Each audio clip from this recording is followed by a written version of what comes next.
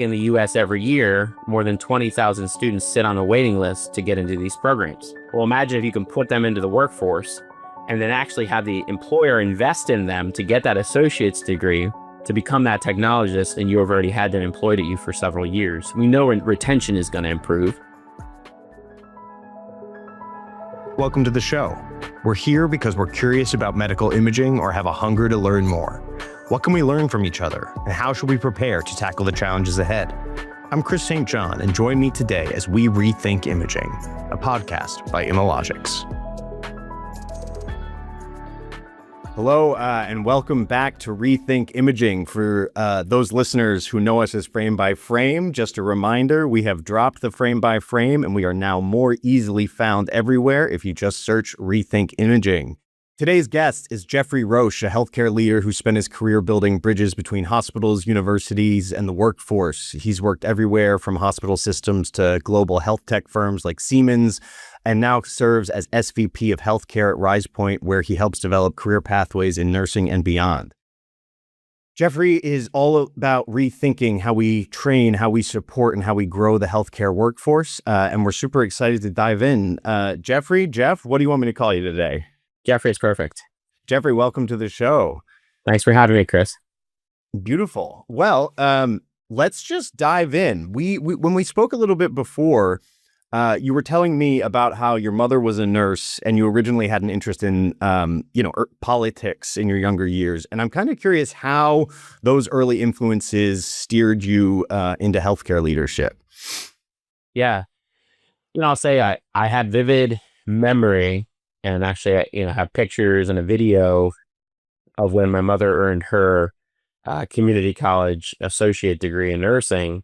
I was actually 5, and I can just vividly remember my grandmother, who was my Oma, sitting there with her with just the pure joy, particularly that she had as the mother, but also an immigrant mother. I mean, my mother was born in Germany, came to America when she was 5. And so, sort of the irony is that she earned her degree when I was 5.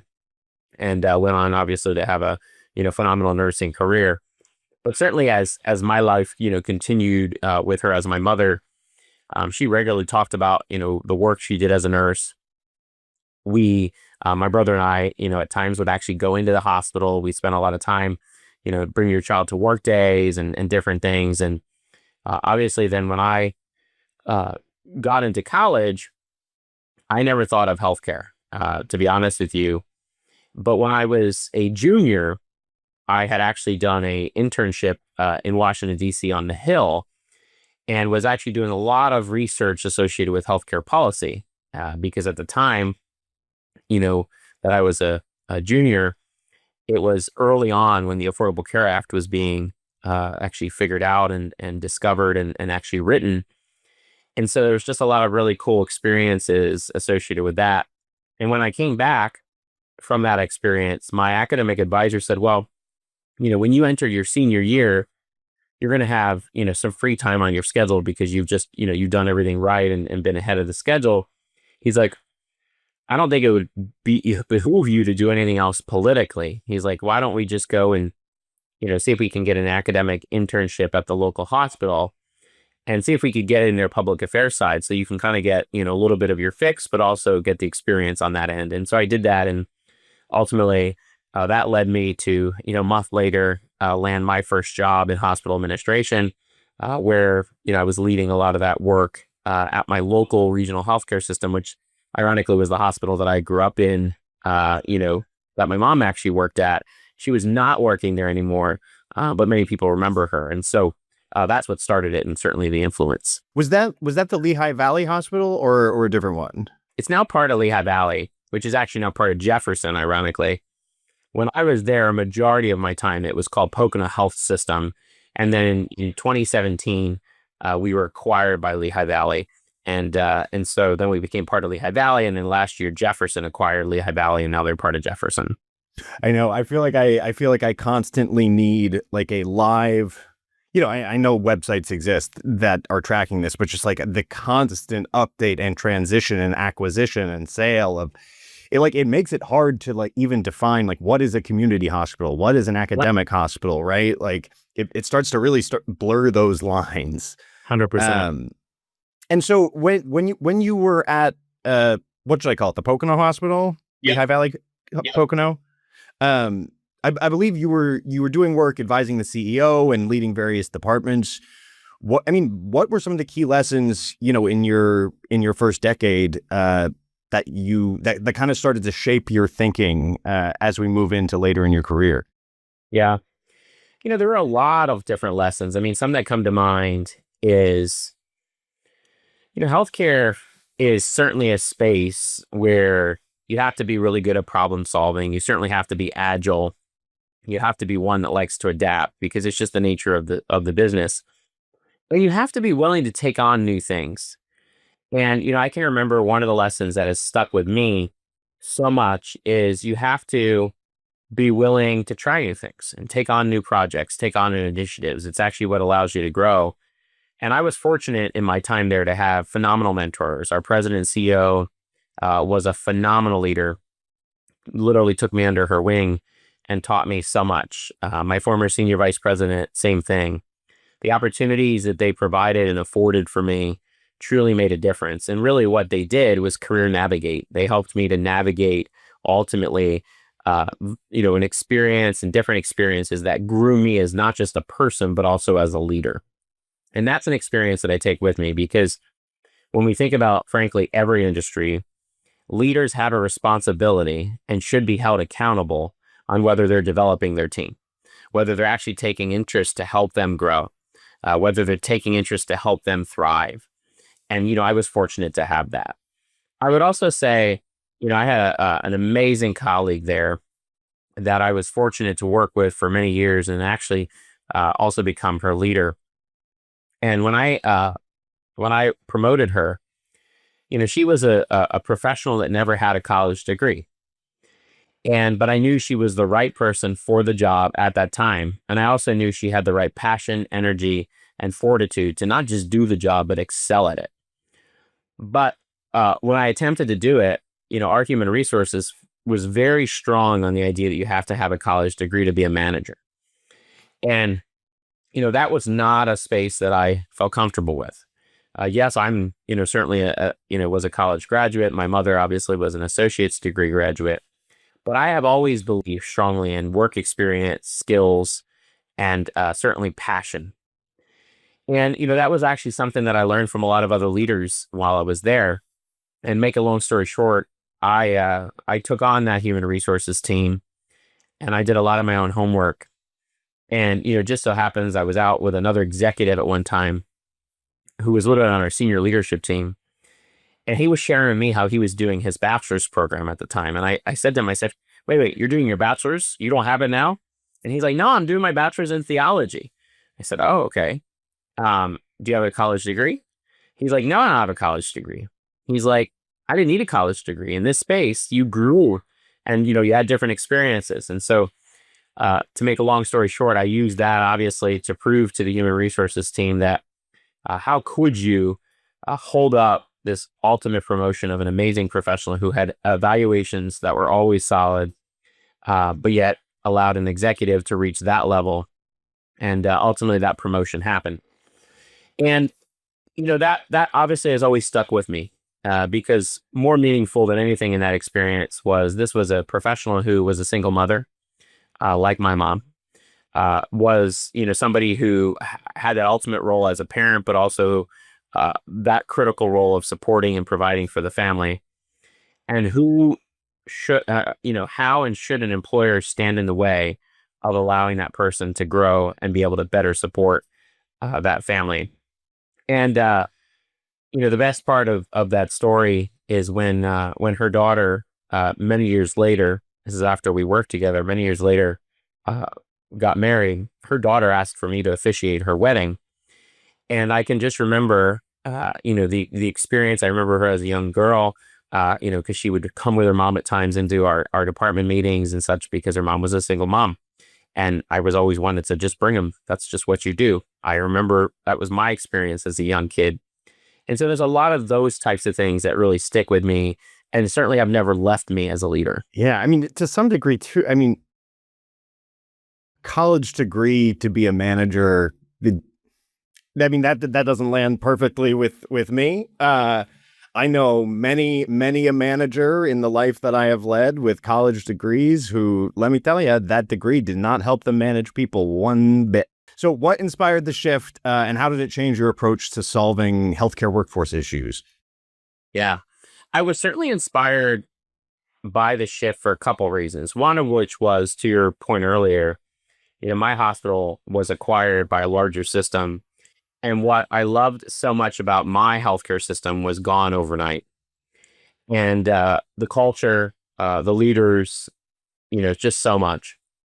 And when I was doing a lot of the work I was doing at Pocono, I was very involved in workforce development. I was very involved in partnerships with higher education. I was very involved in our workforce pathways, and I was strategically engaged in a lot of those types of conversations. And I was eager to understand whether me coming from that experience could help higher ed to sort of think anew and to be a better partner to the employer.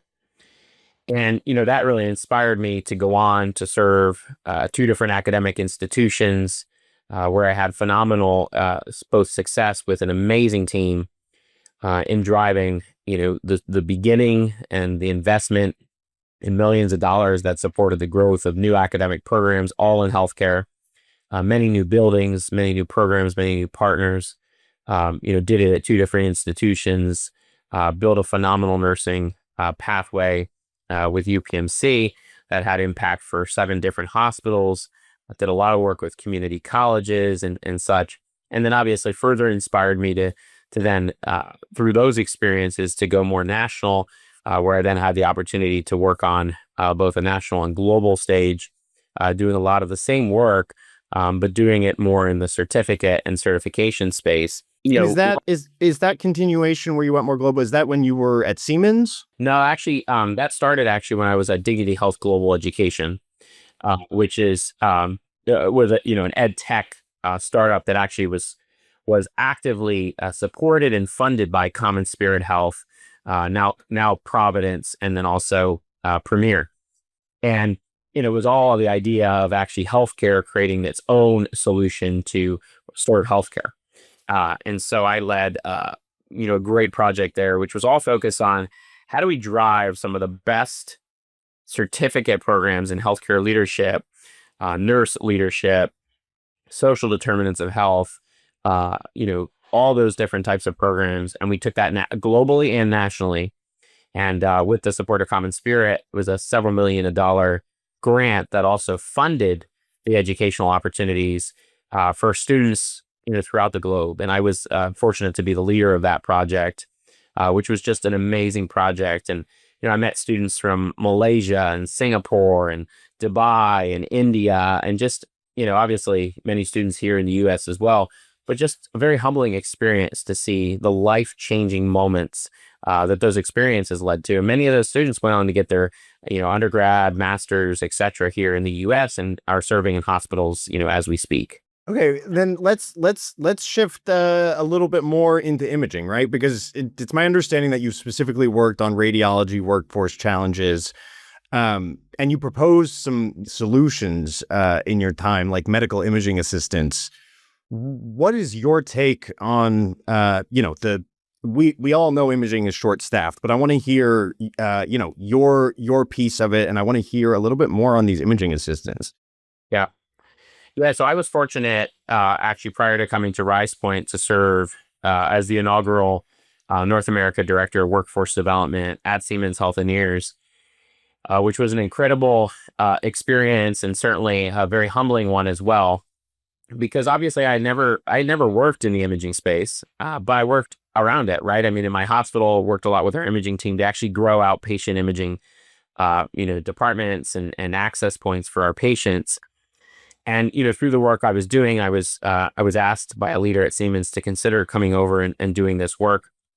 And, we at the time at Siemens had built a vision around the idea that ultimately, if we're not investing in building a future-ready, sustainable healthcare workforce to continue to enable exceptional care, we're really challenged. And it's not just for us, but it's also for the patients.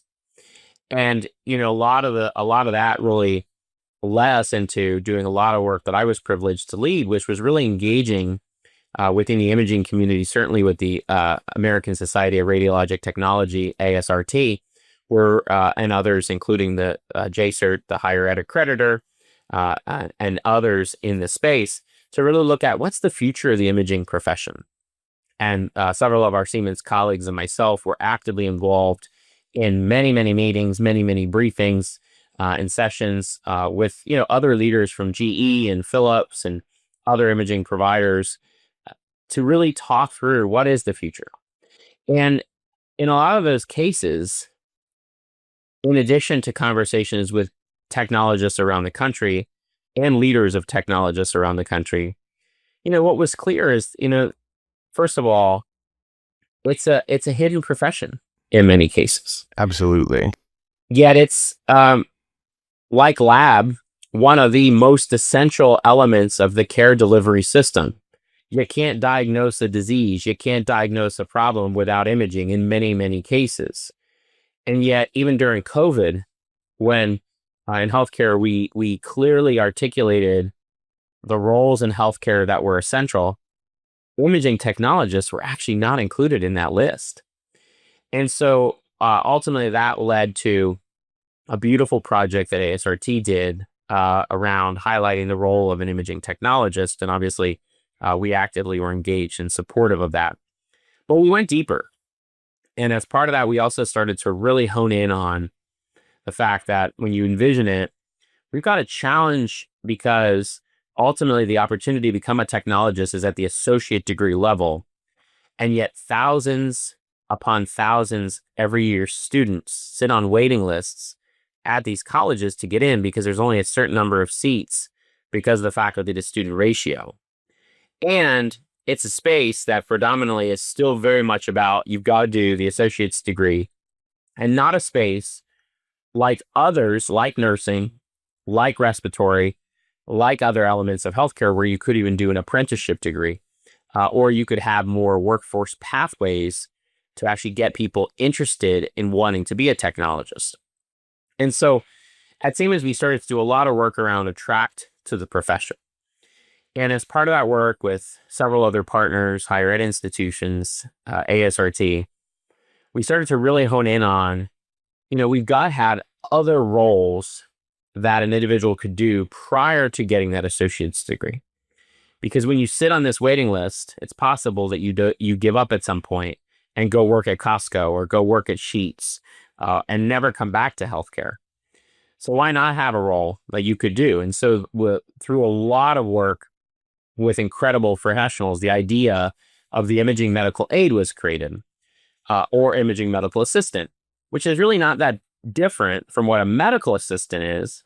However, the idea is that they would actually work in imaging, be dedicated in the imaging department, providing all the support to the patients. They certainly cannot do the scan because they are not a licensed imaging technologist that has that associate's degree and has passed the boards, but they can room the patients. They can book appointments with the patients. They can triage the patients. They can take blood pressure. They can do blood draws, a whole host of different elements that one can do. And obviously ASRT created a curriculum that went through a review process. We actively contributed to that. And also started to talk to many healthcare systems around how you build youth apprenticeships and apprenticeships with this idea in mind. And, roughly in the US every year, more than 20,000 students sit on a waiting list to get into these programs. Well, imagine if you can put them into the workforce and then actually have the employer invest in them to get that associate's degree to become that technologist, and you've already had them employed at you for several years. We know retention is going to improve. And I highlight that because retention is a massive concern among technologists today. It's a tough job. They're on their feet a long time. It's not the easiest job to do if you're a parent, because obviously depending on shifts and schedules and things. And so it really also was really eye-opening to try to envision, how do you bring a different group into this? And certainly there was a lot of work around as well around remote scanning. And again, the idea of remote scanning is not to replace the technologist, but it's to augment the fact that in many places in this country, there are spaces where it's really hard to recruit a technologist. And a remote scanning solution can be a great way to still allow a technologist to work, but do it remotely, with one technologist still in the room with the patient, but have that higher level technologist being able to do the scan from a different location. And so that's where the idea of the MRI imaging medical aid or assistant came in as well, getting them interested in wanting to do remote scanning from that space and grow into that specific modality. Right. And so, okay, but I've got a few different things I want to touch on here. But one that I have never heard that statistic about the number of potential techs kind of just waiting in the wings to get their degree. That's Well, it's that not is just getting a degree; it's actually right. waiting wings to even begin the program. Right. Because what happens is, and every year, ASRT, as the professional society, puts out this report. And last year, if I remember correctly, it was almost right around 26,000, and that would have been all of the imaging roles. So not just radiologic, but obviously MRI, sonography, etc. But um, the irony here is, that's about a third of what nursing is. Nursing is over 80,000 every year that sit on the waiting list. And so what it proves is you've got to have entrance points earlier in the healthcare system that allow a younger individual to have the direct work experience that actually allows them to see if they really want to do that before they go through the investment of that program. And frankly, if they're already working for you, the employer can invest in them to obtain that degree. Right. And so are they able to continue to work in those tech assistant roles while once they've enrolled in a program?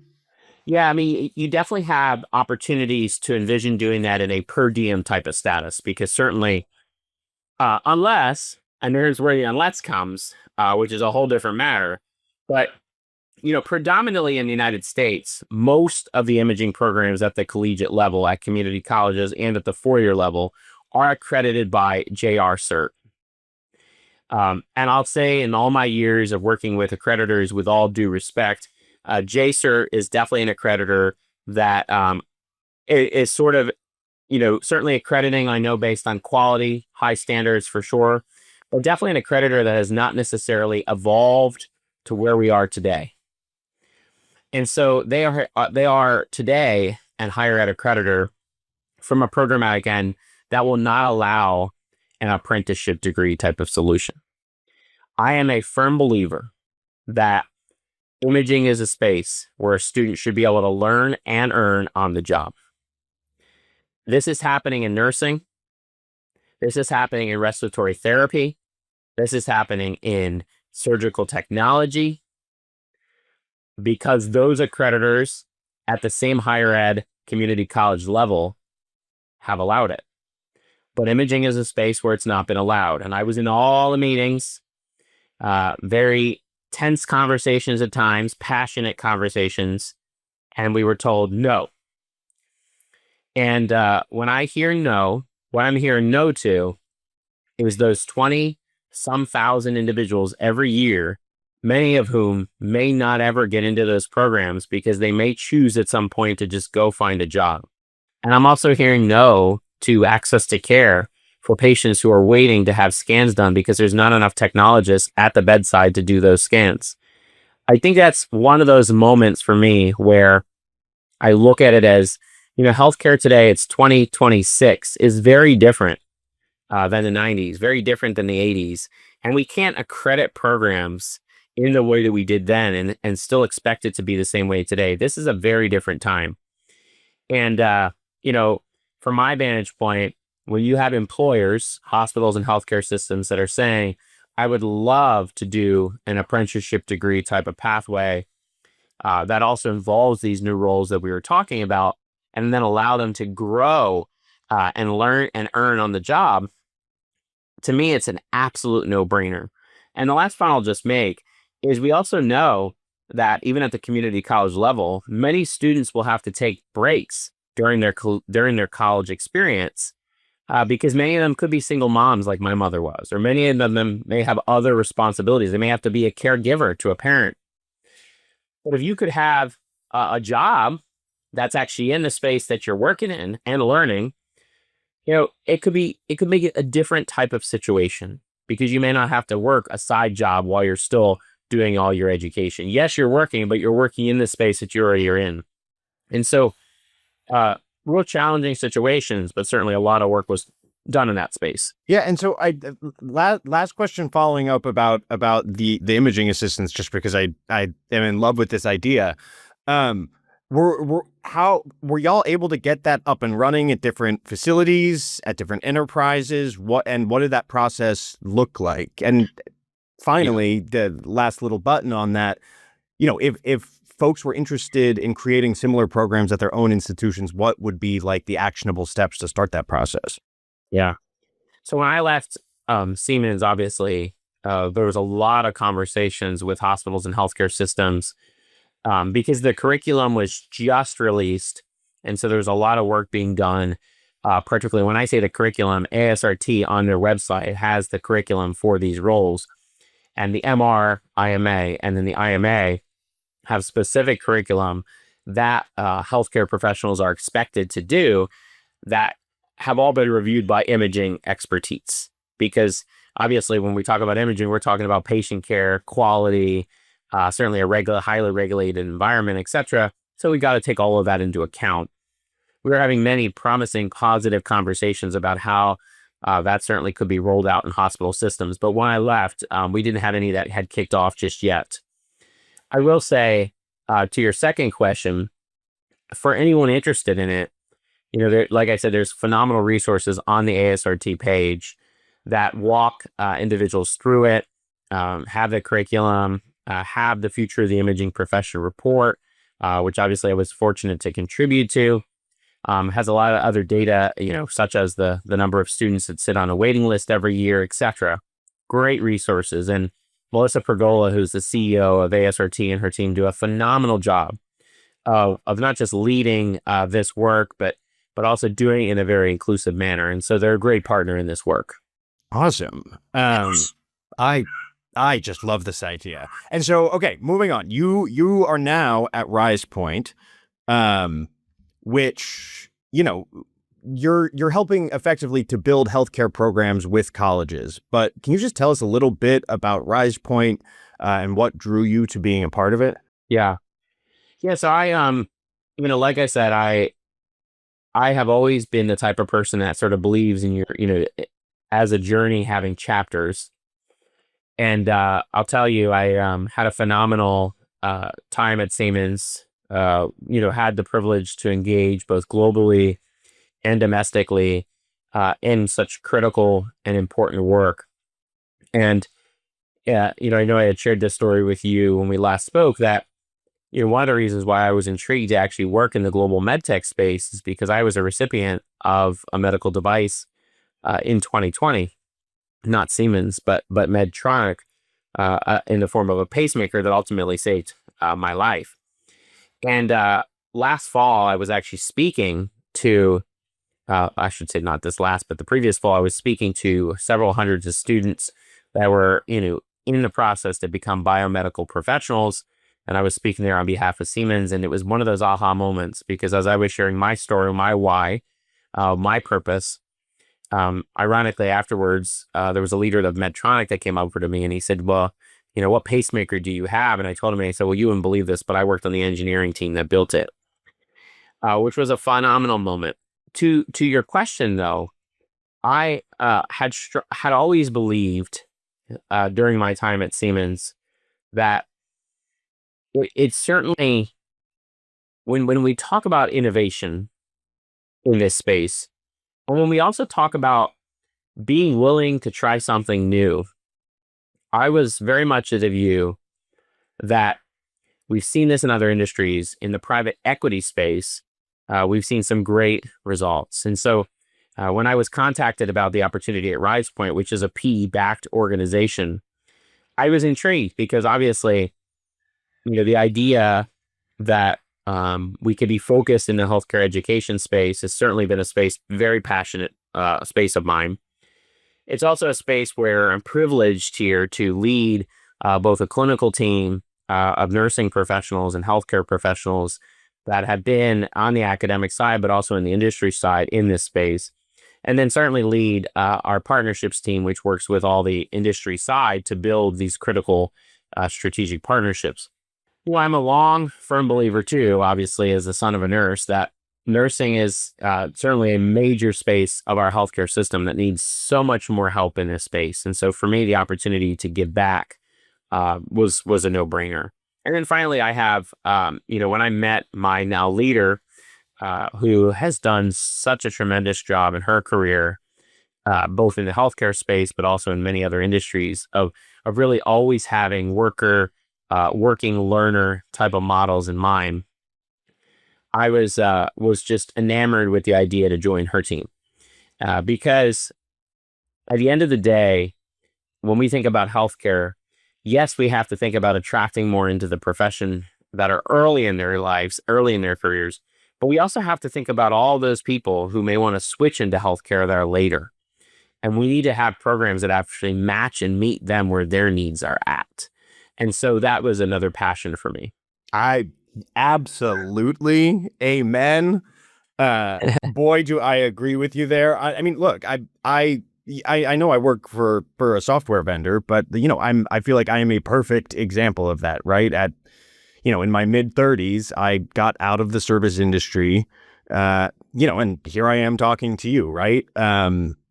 They didn't demand that I would go back to school for it. I was lucky enough to have an employer who, has allowed me to learn in real time and learn on the job, which has been great. But, this is, I've probably said this on the show before, but I have this fierce belief that there is a massive, massive pool of service industry workers in this country looking for a pathway out of restaurants and hospitality, who have incredible soft people skills, who know what it's like to work on your feet all day, who know how to keep 15 things in your mind at a time, and they're smart and competent, and some of them have college degrees, some of them don't, but none of them have any idea. I can just talk to my sample size that this was even a possibility, especially later in life, right? And it's this massive untapped group of individuals. 100%. Can you tell me a little bit about what's been going on at RisePoint since you've been there? Yeah. So we, we're fortunate to support and be actively engaged, all throughout the country and in many different states, supporting all the work associated with pre-licensure, post-licensure nursing programs. Certainly been actively involved also in really looking at how we drive the full continuum of healthcare, both programs and really solutions to our hospitals and healthcare systems. And so a lot of listening and learning, certainly out and about with leaders, so we can really make sure that everything we do is always industry focused, industry recognized. And so a lot of work has been in that space. And, when I talk about pre-licensure, I mean, that ranges from everything of the ASN all the way, to DEMSN, to ABSN, and then obviously into the post-licensure space. But then as we look further, allied health, certainly, critical spaces like clinical mental health counseling, speech language pathology, et cetera. I mean, these are all critical roles that are always needed within our healthcare ecosystem. And, ultimately, this is a space where you have to make sure that solution is always a worker-friendly one. And so a lot of work has been spent in that space for certain. In your view, what makes a great partnership between a healthcare system and an educational institution?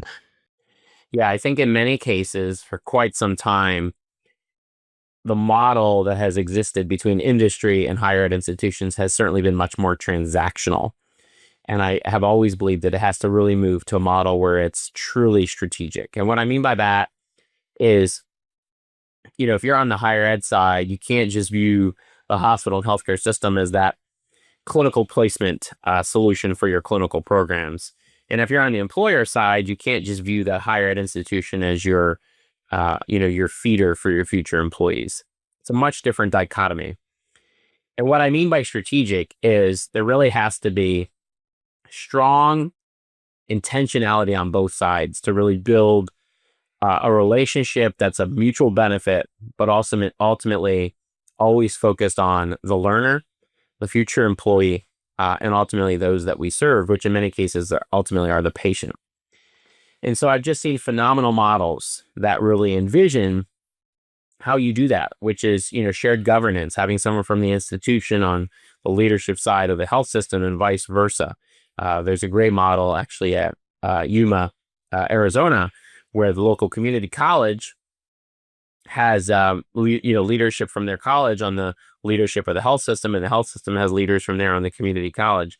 I mean, that's really where you embed such a strong connection and strong relationship into these things.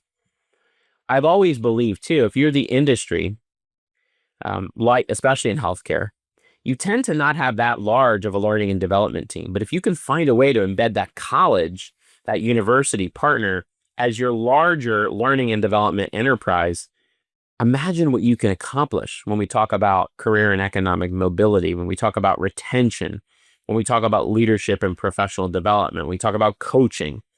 And so it's really this idea of how do you leverage an academy, but literally build it with your local institution. And so I think those are some of the thoughts that I would certainly, highlight versus what I consider to be the more transactional approach that has long been the case. Yeah, I mean, honestly, I mean, building on that point, you have said that leadership is about helping others grow, not just titles, not just org charts. How does that come into play here? Yeah. I think when I was several years ago, I was fortunate to go through a fellows program, which was called the Anchor Institution Framework Fellows Program, which was all embedded and focused on the idea that entities like colleges, universities, hospitals, healthcare systems are anchor institutions in that community. And what that means is that as an anchor institution, you have an ultimate responsibility for that community, for those neighbors, for your friends, for your family. So if you envision that for the hospital, or your anchor, your anchor there is to heal and take care of people and provide, guidance to keep them healthy and well. And if you're a college or university, your job is to educate and train and provide the opportunities that allow people to thrive and grow. And both entities have tremendous community and economic benefit to that community. And so when you envision it through that mentality, it's clear that when the two are really actively, strategically collaborating, working together, ultimately the entire community benefits. And ultimately, the community and economic impact in that community just grows so much more. Yeah, well, we are getting kind of close to the end of our recording time, but what I'm going to do is I'm going to grab a question that you actually tossed out at the beginning of this interview, and I think it's a beautiful place to wrap things up, which is, what is the future of the imaging profession? Yeah. I think without a doubt, we'll continue to see a space that will have continued investments, particularly in the space to grow imaging more to care at home. And I think as part of that, there'll have to be some careful thought on the staffing end of that, right? I mean, because there's never going to, in my opinion, there can never really be a day where, just anybody can do a scan. You really have to have scans of high quality, which need to be done by those that are licensed to do it. But we will see more and more of a model where, as we move to more care at home, there's more community-based imaging for certain, which is why we're also seeing more outpatient type of settings for sure. I do think that when we consider the workforce, we have to continue to be willing to envision how we better leverage the types of roles that we've talked about, how we make the necessary changes so that we can allow apprenticeship degrees to actually become a possibility, because that's how we really will change the dichotomy. Learn and earn models work. Workforce pathways work. We know that based on so many examples and great evidence in other spaces like nursing. I also think that we'll continue to see more active investment from our global medtech companies and others really fully realizing that they play a vital role. What I'm hopeful that we'll actually see less of as we further get into this space is, we don't need band-aid solutions. We need sustainable systemic solutions. Right. And ultimately, that means that hopefully we can get to a space where we're doing a lot more work around attracting to the profession, a lot more work around supporting the current professionals, and then certainly a lot of work around, how we grow and further invest in, each and every one of them as well. The ultimate solution cannot be offering, flexible staffing models where we're, deploying high expensive talent into communities that are not there long term. That's not the best thing for that healthcare system, both financially and from a culture standpoint. And ultimately, we know it's not always the best thing for the patients either. So we certainly have to envision what that long-term, future-ready, sustainable plan is. And I'm hopeful that if we bring all the right parties and stakeholders together, and if we're willing to just understand we're at a different time than we've ever been before, we can make the necessary progress. Beautiful. Well, honestly, Geoffrey, I feel like that is a beautiful note to leave things on. Thank you so much for joining us on the show today. It was so great to have you here. Absolutely. Thanks for having me. Once again, Geoffrey Roche is the SVP of Healthcare at RisePoint. And please, anyone listening, follow up on those little plugs on the ASRT website if you're looking for more information. Geoffrey, thank you again. It was great talking to you. Absolutely. Thanks so much. Thank you. Frame by Frame Rethink Imaging is brought to you by Imalogics. Here, you'll find engaging interviews with thought leaders, experts, and patients, sharing stories that showcase the transformative power of medical imaging. To discover how Imalogics is rethinking imaging in healthcare, visit imalogics.com. Be sure to subscribe to Frame by Frame Rethink Imaging on Apple Podcasts, Spotify, or wherever you listen. And from all of us here at Imalogics, thanks for tuning in.